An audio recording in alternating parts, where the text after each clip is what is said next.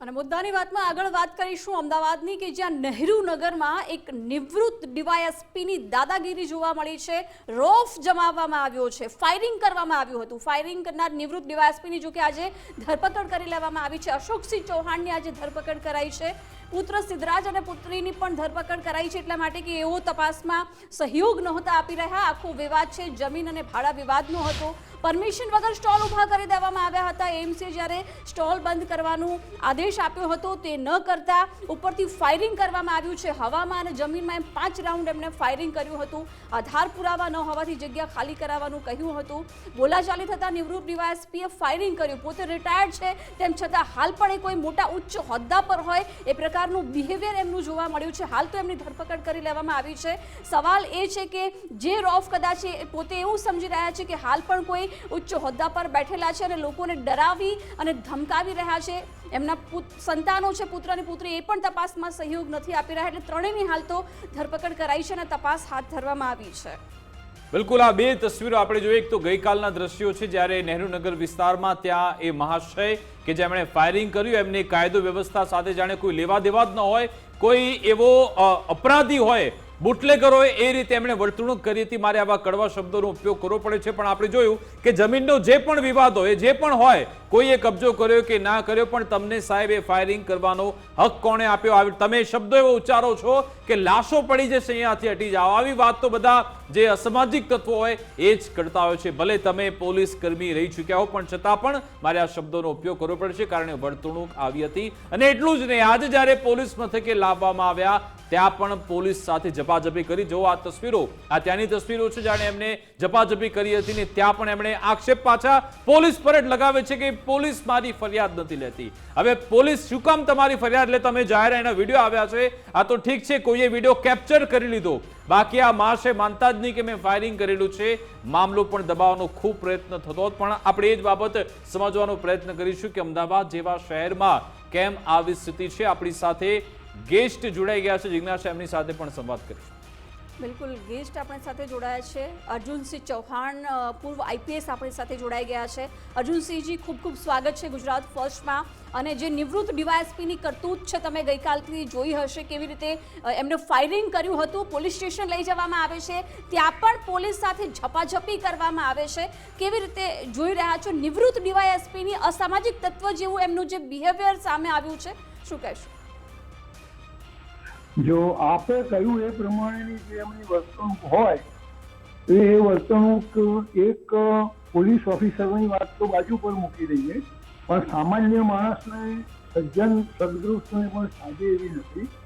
અને being a retired police officer DYSP class 1 કક્ષાના, એટલે એમણે પણ એ વિચારવું જોઈએ આવું લુખ્ખી દાદાગીરી જેવું જે વર્તન છે દેખાઈ આવે છે એવું ન કરવું જોઈએ। અને મને લાગે છે કે એમની સામે કદાચ ગુના પણ દાખલ થયા હશે, કાર્યવાહી પણ આપણે જણાવ્યું એમ એ શરૂ થઈ ગઈ છે। અને પોલીસ સ્ટેશનમાં લઈ ગયા પછી પણ જો એમનું વર્તન એવું હોય તો એ યોગ્ય નથી। અને એની સામે જે કોઈ સંબંધિત જે કલમો હોય, ખૂનની કોશિશ હોય અથવા ડરાવવાનો પ્રયત્ન હોય કે કંઈ ઝડપી લેવાનું, ઝૂંટવી લેવાનું, પડાવી લેવાનું એવું કોઈ બનાવ બન્યો હોય તો એની કલમો પણ એમાં લગાવવી જોઈએ।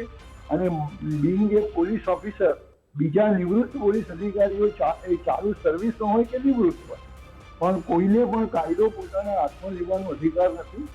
સેલ્ફ ડિફેન્સ એક અલગ વાત છે, એમના ઉપર હુમલો થયો હોય તો પોતાના બચાવ માટે સેલ્ફ ડિફેન્સ લઈ શકે છે।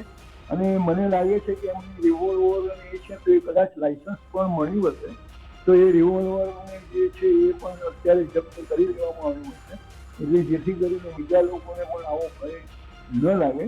પણ મને લાગે છે આ જે કોઈ પ્રકારનો બનાવ છે તેમાં બીજા વધારે પણ સામે પક્ષોવાળાના પણ કોઈને કોઈ એમાં વાંધા બચકા અથવા કંઈ અર્જુનસિંહજી, આપને લાગે છે કે આમાં ભલે નિવૃત્ત પોલીસ કર્મી હોય, પોલીસે કડક હાથે કામ લેવું પડશે, પણ સવાલ ઘણા બધા થાય, કારણ કે ગઈકાલના તમે વિડીયો ઘણા જોયા હશે કે ઘણા લાંબા સમય સુધી ફાયરિંગ કર્યા બાદ પણ માથાકૂટ થઈ હતી અને માશે એવું પણ બોલતા જણાયા હતા કે ભાઈ ફાયરિંગ તો થશે, અને જ્યારે આમને સામને વાતચીત થતી હતી એના પટ્ટામાં તો ત્યારે બંદૂક ભરાયેલી જ હતી. પોલીસની પહેલી જવાબદારી બને છે કે જે વ્યક્તિ પર ફાયરિંગનો આક્ષેપ થયો છે પહેલા તો ગન એના હાથમાંથી લઈ લો, પણ છતાં એની જોડે જે ગન રહે છે એ ફરતા રહે છે, ઘણી ઘર્ષણ થાય છે.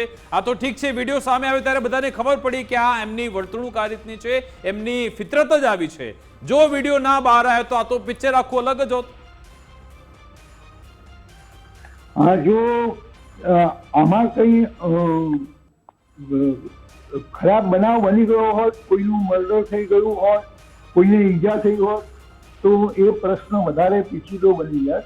પણ એ બનાવ પછી પણ તમે કહો છો એમ કે ગન એમની પાસે જ હતી, તો ઇટ ઇઝ નોટ પ્રોપર. એ એની કાર્યવાહી કરી અને એ ગુનામાં જે વપરાયેલું સાધન છે એને જપ્ત કરી લેવું જોઈતું હતું અને કર્યું જ હશે. માય નાવ અત્યાર સુધી એ જપ્ત થઈ ગયું હશે. નહીં, આજે તો થઈ ગયું છે એ હથિયાર સાહેબ જપ્ત થઈ ગયું છે, પણ ગઈકાલના જ્યારે આ બનાવ બન્યો જ્યારે પોલીસની ટીમ પહોંચી ત્યારે નતું થયું. ઠીક છે, ખેર, પણ હવે આપમાં એમને લાગે છે કે આના ભૂતકાળ પણ આ નિવૃત્ત પોલીસ કર્મીનું તપાસવું જોઈએ, કારણ કે જો વર્દી નથી છતાં પણ આ રીતની વર્તણૂક કરે છે તો જ્યારે વર્દી હશે ત્યારે કેવા કેવા કાંડ કર્યા હશે. ફક્ત આ કેસ સુધી આપણે સીમિત ન રહી જવું જોઈએ, એમનો ભૂતકાળ પણ તપાસવો જોઈએ. આપને લાગે છે એવું? મને લાગે છે કે પોલીસની જ્યારે એમની સર્વિસ ચાલુ હશે એ દરમિયાન એમણે જે કોઈ આવા કદાચ કોઈ દુષ્કર્મ કર્યા હોય તેની કોઈ ડિપાર્ટમેન્ટલ ઇન્કવાયરી છે અને બીજી કોઈ કાર્યવાહી છે ચાલુ હશે. કદાચ એમની સામે કોઈ ગુના પણ નોંધાયા હોય તો એ પણ એ હશે.